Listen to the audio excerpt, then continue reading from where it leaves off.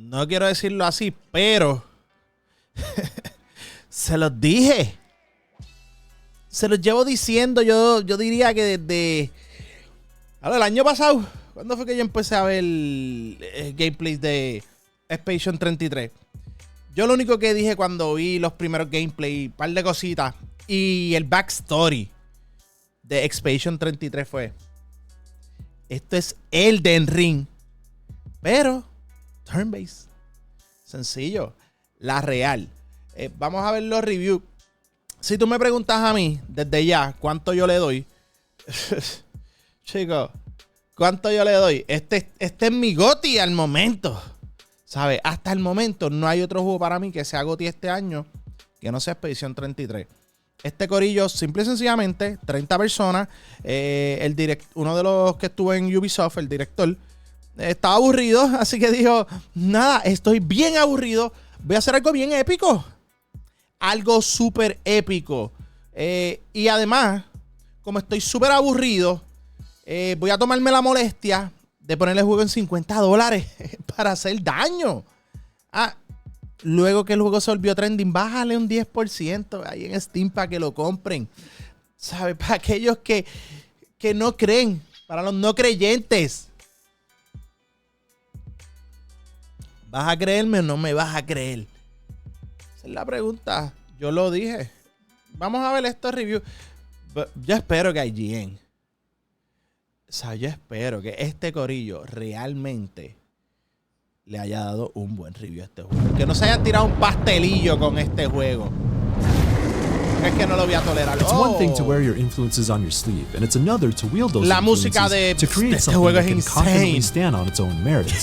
Clair Obscur Expedition 33 is explicitly built on many of the ideas of the great modern and classic Japanese RPGs, and French developer Sandfall isn't shy about it, nor should después it be. de Legend of the Dragon, después de Final Fantasy VII, From the bold stylings Clair of its Obscur, magnificent turn-based combat to the melodramatic but genuine storytelling tropes it largely embraces, bueno, pero so much Frontier of estuvo Clair duro Obscur también, feels pero esto es otro familiar, nivel, yet esto es otro refreshing. nivel ya. Its superb execution on those ideas Mira puts its allá. own stamp on them for one of them somber but hopeful journeys I won't soon forget. Expeditioners.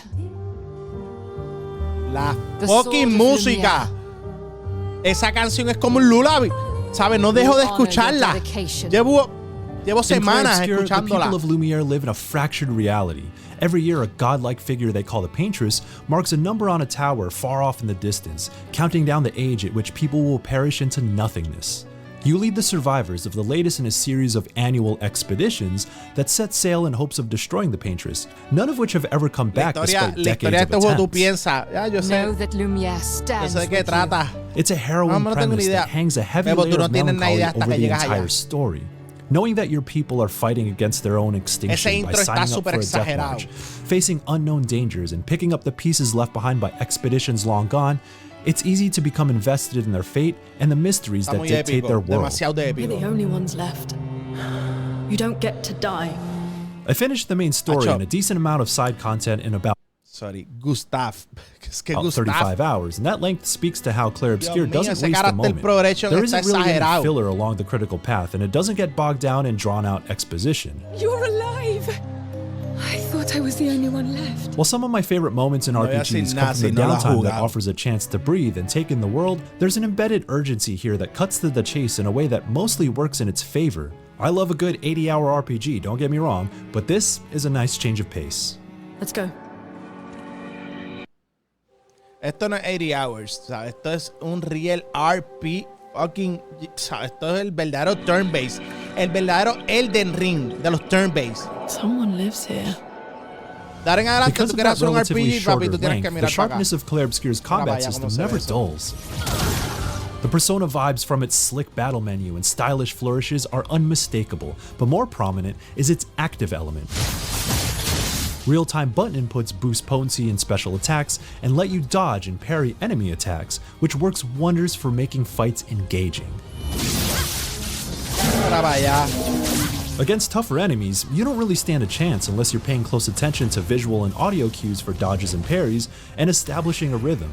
The initial trial and error of learning attack patterns will be frustrating at times, but when I'm locked in like it's Sekiro, epicness there's en an este juego es intensity here I increíble, don't think I've ever felt in a ¿sabe? turn-based RPG. And there's nothing quite like the rewarding slow motion camera cut and emphatic counterattack of a precisely timed parry. Ese bebo lo hizo lucir fácil. A mí ese, ¿sabes? Literalmente ese bebo lo hizo lucir fácil. Ese espadazo fue súper complicado para mí hacerle el parry. Pude hacerle el dodge, pero estamos trabajando los parry. No voy a mentir, los estamos trabajando. Pero este juego es epicness, ¿sabes? Epicness, el combate. Every party member has their own specific real mechanics movie. that typically revolve around los building up bosses their son unique epic. resource in battle and managing action points, or AP, to execute the more heavy-hitting attacks. Their skill trees are concise, so Clair Obscur is still approachable in that you're only given a handful of tools and then are asked to have a strong grasp of how they work, with the emphasis on meeting certain conditions and inflicting specific knock-on effects to make the most of when you're lining up attacks. It reminds me of mechanics that you'd see in a CRPG, La mecánica de combate está exagerada. La combinación de los pictos, the way la their skill magia. sets can synergize and play off of each other also shows an understanding of what makes a turn-based system sing. You may establish a routine opener, but as a fight goes on, it becomes more about adapting to all the variables thrown at you and earning the satisfaction of pulling off your most powerful attacks.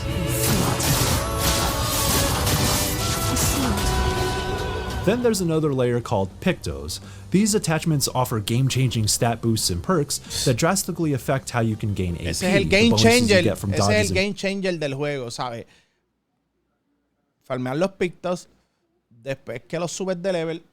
Perdón, mira que no me traje nada de tomar. No puedo creerlo. Debería caminar hasta allá, hasta la nevera, y buscarme algo de tomar. By the way, coger los pictos, los subes de level. Ellos, como quien dice, se clonan y puedes usarlo en los demás personajes, hacer combinaciones, ¿sabes? Una cosa super insane. Or the way status effects work, and more. Using Pictos for long enough eventually bonus, allows you to stack health, their perks in what are called speed, Lumina, and really build a character in ways their skill tree cannot. Navigating these menus is kind of a pain since things get messy once you're sifting through 50 plus options packed in a tight screen, but when it all clicked, taking the time to configure my party was well worth the hassle. Setting the right loadout elevated my party in ways that were crucial for the most challenging fights. My biggest worry early on was actually that Clair Obscur was going to be too easy as I steamrolled almost every enemy for roughly the first third of the main path. It definitely ramps up as it goes. Va a ser muy fácil. Yo pensaba lo mismo. Pero yo me preparé, salí level 30 y pico del primer acto por si acaso. Y no les voy a mentir. Yo nada más me metí en un sitio y un boss me guanchoteó. Y yo, este tipo me guanchoteó. Volví, intenté. Hice par de parry, par de cosas. Me volví, me guanchoteó. ¿Sabes? El juego llega un momento que se vuelve un Elden Ring. No estoy jodiendo. Doing more with status effects or enemy shields, for example, pushing me to try out new approaches with my party. That provides depth while staying concise. And if you're clever enough, you're even allowed to break the game, so to speak, as its systems let you scale up in a way that's rewarding rather than exploitative. All that is to say, I played these kinds of RPGs my entire life, and I'm confident in saying that it's one of my favorite turn-based combat systems ever. It has room to grow, but it's a brilliant start. Obvio que este juego tiene el mejor sistema de combate en un turn-based. ¿Sabe? There's something very old school about Clair Obscur, and its overworld is one of the clearest ways in which it harkens back to classic RPGs. The map is filled with optional locations and secrets, many of which aren't accessible until you unlock new travel methods, similar to getting chocobos and airships in the Final Fantasy games of yore. It's actually really charming, embracing its video game. Déjame parar aquí. Final Fantasy puso sí vamos a poner, como dice, una base y fundamento para un montón de turn-based.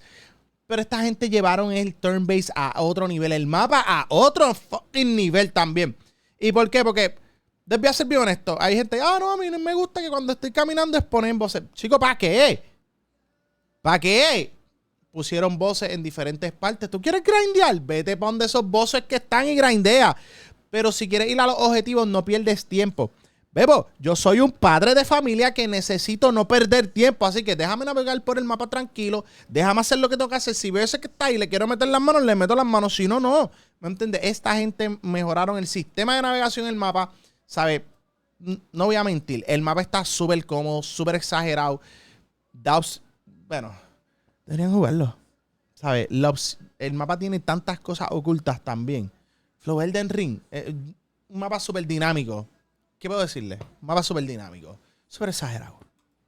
aspects while knowing it doesn't have to always take itself so seriously. Distant landmarks create a sense of wonder, and eventually you can go visit them to fight super bosses or play silly minigames for unique items, or uncover a bit more about the story you wouldn't have seen otherwise. And that side content accounts for roughly another 20 hours of gameplay on top of the main story. There's no real quest log, so there isn't an elegant way to track what you stumble upon, but rather than feeling obtuse, it gives the impression that these secrets are yours to discover in true throwback fashion. Me encanta la forma de The main navegación del locations you mapa, visit igual que el function del like ring. dungeons where you fight your No te way dice pa' along dónde a fairly tienes que ir, direct nada más que track, con el with extra bonfire. items tucked in nooks and crannies off the beaten path. You approach and hit enemies to initiate combat. Yo no veo a nadie They respawn if you decide quejándose. to replenish your health and No items, venga. and flags planted by previous expeditions that function like checkpoints. Exploration is limited in this regard, but it helps each of these main story sequences stay focused. For as linear as the main path can be, a minimap still would have been handy just to keep track of the alternate paths I've already gone down, because sometimes it's easy to get lost. It is a consolation that every place you visit is visually striking, whether it's the ethereal whimsy and natural beauty, or the brutality of the trenches and battlefields where bodies of past expeditioners are piled high. Regardless, I was often in awe of Clair Obscur's world. Mano.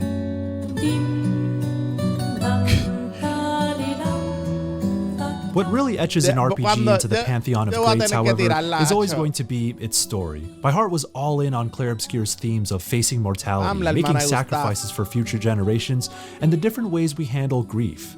I'm sorry about earlier. This is another harrowing exploration of topics like this, for the way it contextualizes time and age, but also for its portrayal of grief becoming destructive to those around you should it consume you.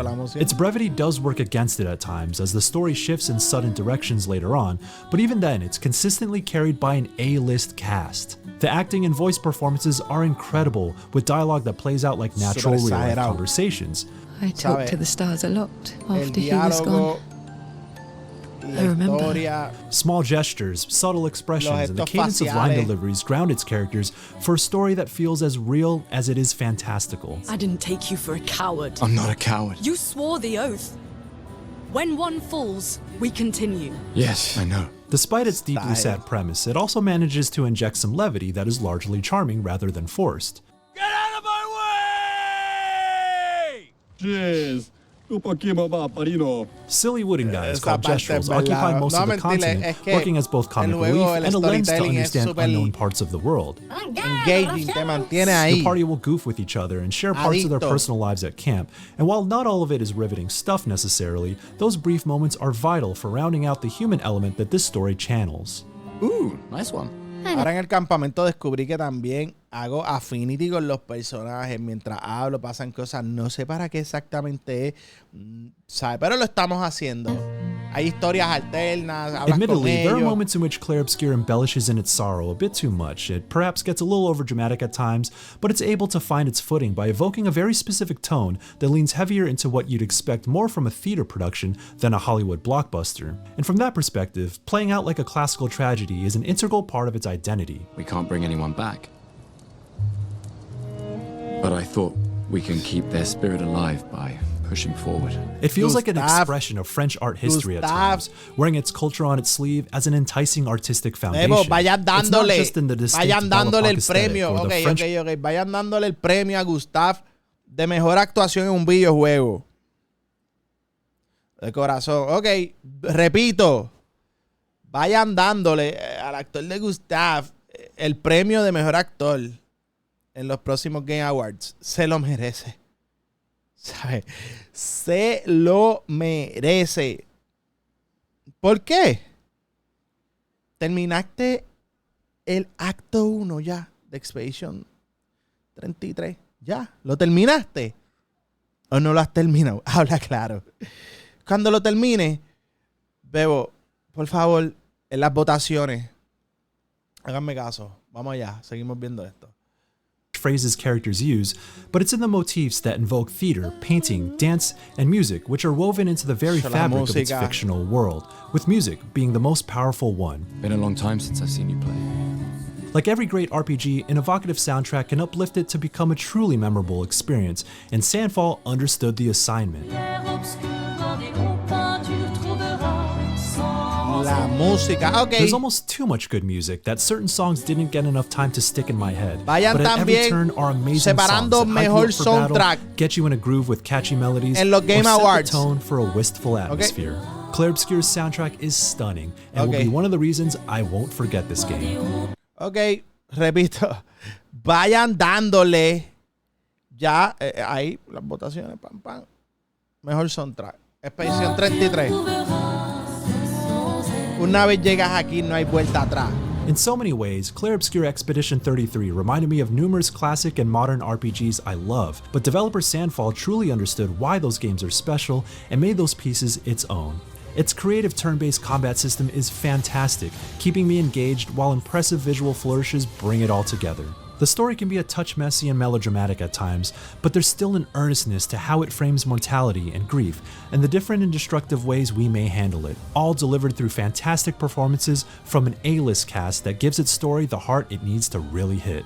The contrast between its artistic sensibilities and old-school RPG design philosophy shows a clarity of vision, as if it was scoped just right to focus on the things that matter most, making it a true modern throwback. Bebo, ¿qué le vas a And criticar so, a este Clair juego? Obscur Expedition 33 stands strong alongside its inspirations, and I hope that it too can be an inspiration.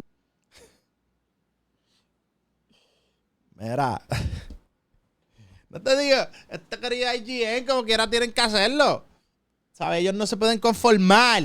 No. No se pueden conformar con darle un 10. Bebo, esto es un 10 de 10. Esto no es un 9. O sea, esto no es un 9. Me explico. ¿Cómo les resumo? Expedition 33. Sencillo.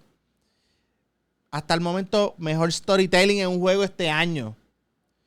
Best Music hasta el momento. Performance. Visual.